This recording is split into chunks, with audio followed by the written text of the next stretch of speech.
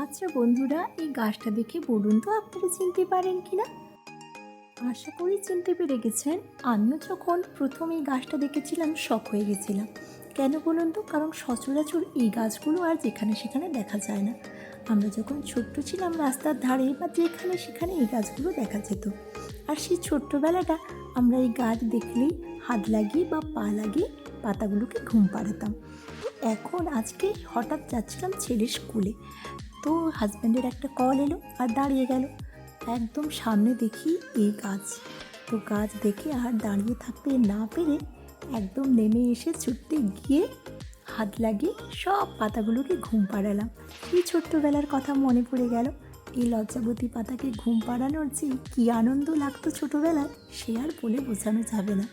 তো আপনাদের কাদের কাদের এই গাছ থেকে ছোটোবেলা মনে পড়ে গেছে আমাকে অবশ্যই কমেন্ট করে জানাবেন।